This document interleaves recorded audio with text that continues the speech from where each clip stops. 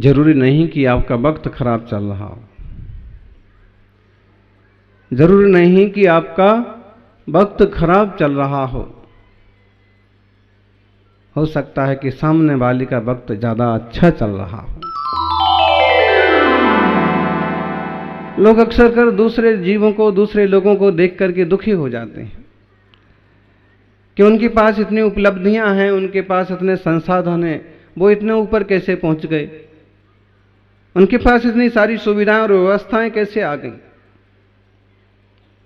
और उसकी ऊंचाइयों को देख करके उन्हें लगता है कि मेरा भाग्य बहुत कमजोर है और मैं बहुत पीछे हूं, जबकि जरूरी नहीं है। हो सकता है कि आपका पुण्य जितना सत्ता में है पूरा है, लेकिन सामने वाले का आपसे ज्यादा है। आपका जितना भाग्य है उतना है, लेकिन सामने वाले का उससे ज्यादा है। कई बार बड़ी बड़ी साधना करने वाले लोगों को बहुत कम लोग जानते हैं, और कभी कभी एकदम सादी छोटी साधना करने वाले लोग बहुत फेमस हो जाते हैं। राजनीति में कई बार बड़े सारे पुराने राजनीतिक पिछड़ जाते हैं और एकदम कोई धूमकेतु की तरह चमक करके आगे आ जाता है।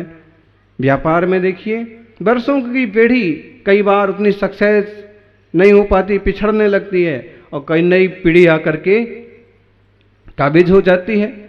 ऐसे में अपने आप को असंतुलित करने की जरूरत नहीं है। ये समझें कि हो सकता है कि सामने वाले का सितारा हमसे ज्यादा बुलंद है, सामने वाले हमसे ज्यादा भाग्यशाली हैं।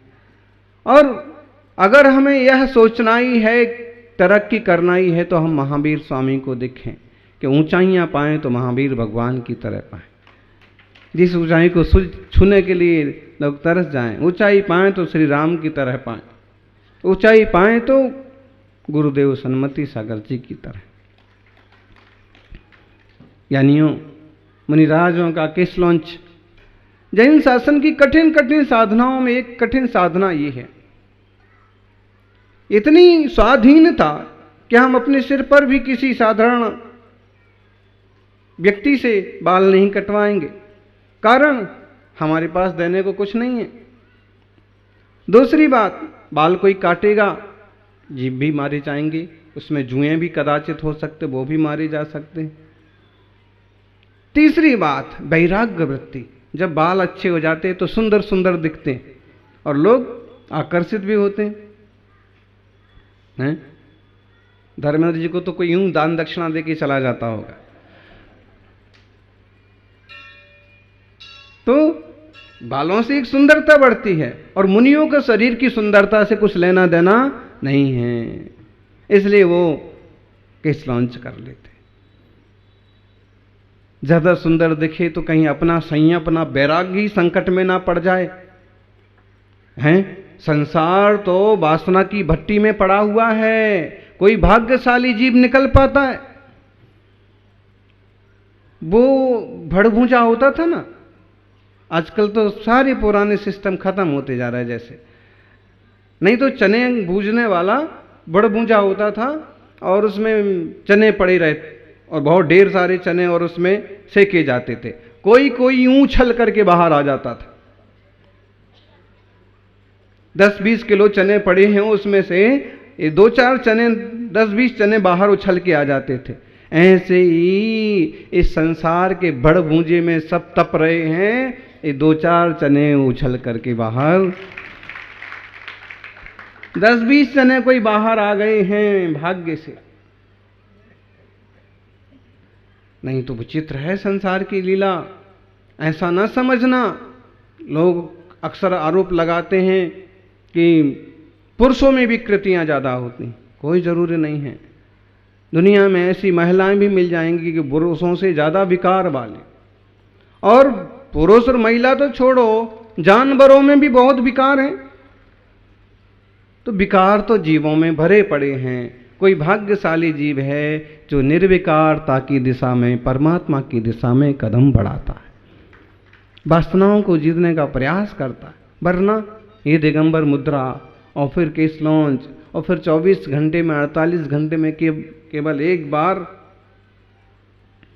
भोजन पानी, आज तो अधिकतम साधुओं का उपवास रहेगा, कुछ नहीं लेना है। 5 महाव्रतों की कठिन साधना, सौभाग्यशाली हैं कि हमें ऐसा देश मिला, ऐसे गुरु मिले, ऐसा सुंदर वातावरण मिला। ऐसे में हम स्पर्धाओं में अपना समय जाया ना करें, कोशिश करें हम आगे बढ़ें, हम अपने को निखारें। वास्तव में बड़ों को देख करके बढ़ो, छोटों को देख करके जियो। बड़ों को देख करके बढ़ो, बड़ों को देख करके जलो मत। जलने से नुकसान हमारा, कोई भी चीज जलेगी तो नुकसान उसका। बड़ों को देख करके बढ़ो।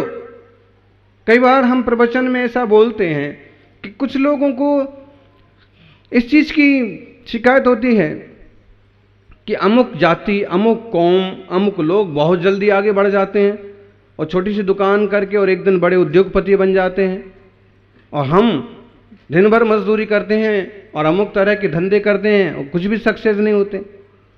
हम उनको कहते हैं कि इसके पीछे रीजन है। एक तो उन लोगों का आचार विचार विशुद्धि, धंधा व्यापार करने की शैली, और केवल अपने लक्ष्य पर ध्यान देना कि मुझे आगे बढ़ना है, दूसरे को काटने का काम नहीं करना, तो सक्सेस हो जाते हैं। और तुम 100-500 रुपये मजदूरी में कमाते हो, शराब में पी करके खत्म कर डालते। उससे कैसे तरक्की होगी? तरक्की तो सारे समाज की होना चाहिए, लेकिन उसके पीछे कुछ ना कुछ सदाचार, शाकाहार, निर्मलता, ये सारी चीजें लगती। तो बड़ों को देख करके बढ़ो, छोटों को देख करके जियो। कभी हमें ऐसे लगे कि हमारा घर तो छोटा है और उनका तो बहुत बड़ा बन गया, तो बड़ों को देख करके जियो कि वाह, उनने तरक्की की है तो हम भी बढ़ेंगे, हम भी वैसा बढ़ेंगे, वैसा कुछ करेंगे। और छोटों को देख करके जियो। कैसे? हमारे पड़ोसी के पास तो झोपड़ी भी नहीं है। मेरे घर में तो कम से कम 2 बार 3 बार भोजन बन रहा, आराम से 2 साग बन रही हैं, दाल बन रही है, दूध आ रहा है। पड़ोसी के यहाँ तो केवल सूखी दाल रोटी भी उपलब्ध नहीं हो रही है। छोटों को देख करके जी लो, उनसे तो अच्छे, उनका भी अच्छा हो, और बड़ों को देख करके बढ़ो, तो बड़ी शांति रहती। सज्जनों, आए थे क्या करन को, करन लगे क्या काम। आए थे भव तरन को, धोवन लागे चाम। जी चल रहा है, देख लो।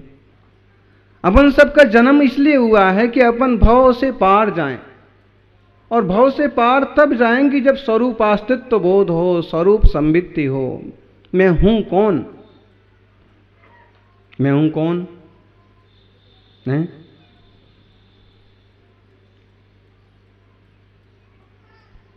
मैं हूं कौन, कहां से आया है?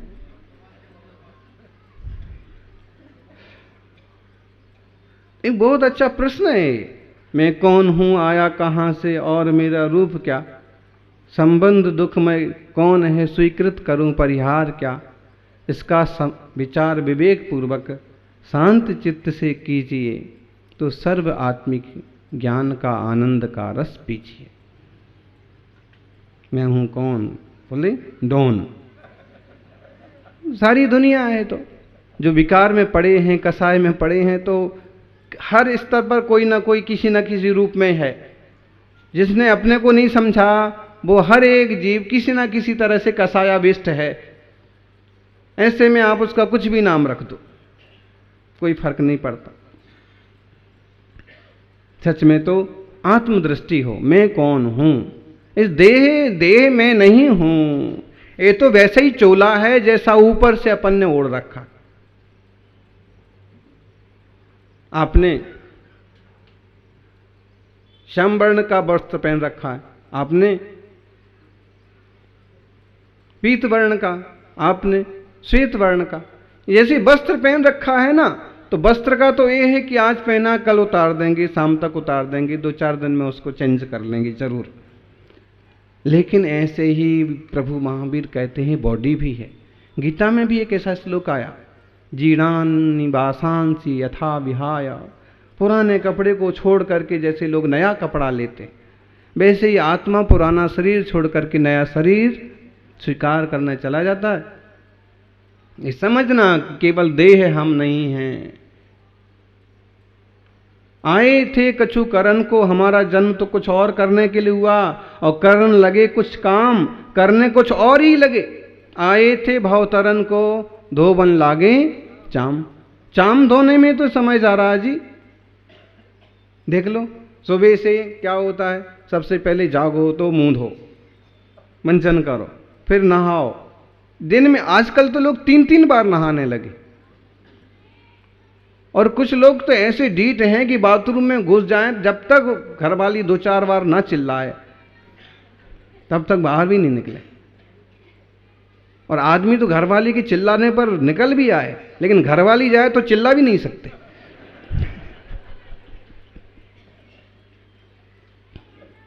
शरीर को धोने में लगे। स्कूल में बच्चे से पूछा टीचर ने, बताओ बच्चों भगवान कहाँ रहता है?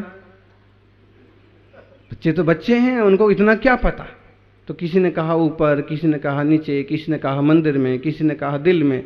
सब ने अपने अपने हिसाब से बताया। एक छोटा बच्चा रह गया, उसने भी हाथ ऊपर कर रखा था। तो इतने उत्तर में तुम संतुष्ट नहीं हो? उसने कहा नहीं, मेरा उत्तर अलग है। तो तुम बताओ कहाँ रहता है भगवान? उसने कहा भगवान बाथरूम में रहता है। टीचर को चक्कर आते आते बचा। उसने कहा कि बाकी तो ठीक भी है, कि मंदिर बोल दो, कि मस्जिद बोल दो, कि गुरुद्वारा बोल दो, कुछ भी बोल दो, यही तुम कैसे रहता है? ऐसे बोलता है? नहीं नहीं रहता है। कैसे रहता है? बच्चे ने कहा कि जब जब पापा बाथरूम में घुसते हैं और घंटे घंटे बाहर नहीं निकलते हैं, तो माँ कहती है हे भगवान बाहर निकलो। उससे मुझे मालूम पड़ा।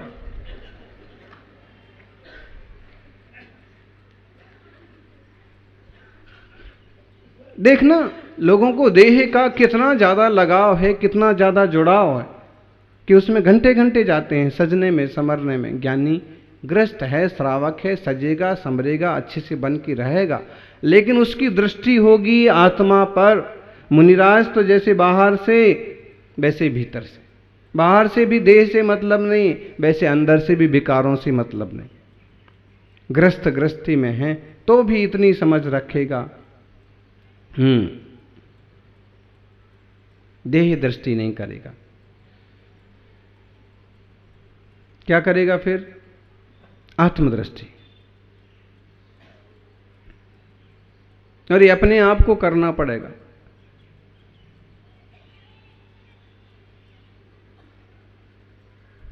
आए थे कछु करन को, करन लगे कछु काम।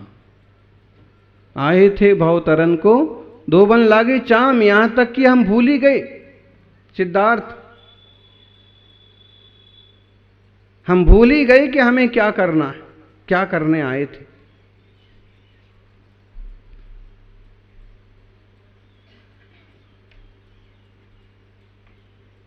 तो छोटी सी कहानी आप लोगों ने सुनी हो। 11 लोग चले तीर्थ यात्रा के लिए सागवाड़ा से। बीच में पड़ी माही नदी, और नदी के उस पार जाने के लिए नाव वगैरह कुछ नहीं मिली। पुल पर भी भरपूर पानी आ गया। अब बोले ठीक है चलो एक दूसरे का हाथ पकड़ लो, गिन लो कितने हैं अपन। गिन लिया कि 11 हैं। चले ही हैं 11। गांव वालों ने अपनी विदाई की है तिलक लगा करके 11 की। और नदी पार पहुंचे जब, तो फिर गिनना चालू किया। एक ने गिना, कितने हुए? 10। जैसे उसने कहा 10, तो बाकी सब घबरा गए, बोले एक डूब गया। नहीं, इस बार बहुत पानी बरसा और देश में कितने आदमी तो चले गए। लेकिन इस बार तो बिहार के मुख्यमंत्री को, उप मुख्यमंत्री को भी मालूम पड़ गया कि बाढ़ आए कि जनता को तकलीफ पड़े तो जनता का दुख क्या होता है। खुद को नेकर पर खड़ा रहना पड़ा। खुद के घर में भी पानी भर गया। इस बार तो सबकी खबर हो गई। और सच में जो हम प्राकृतिक उल्लंघन कर रहे हैं ना, इसके दुष्परिणाम हैं कई। तो प्रकृति से छेड़छाड़ नहीं होना चाहिए। गिना, दूसरे ने गिना तब भी 10 बैठे, तीसरे ने गिना तब भी 10 बैठे। वो गिने और सबने ही गिना, लेकिन बैठे कितने? घबरा गए, रोने लगे, चिल्लाने लगे कि ओह एक डूब गया, एक डूब गया। इतने में एक राहगीर और आया। उसने कहा क्या हुआ, तुम सब यहाँ पिंडदान करने आए थे क्या?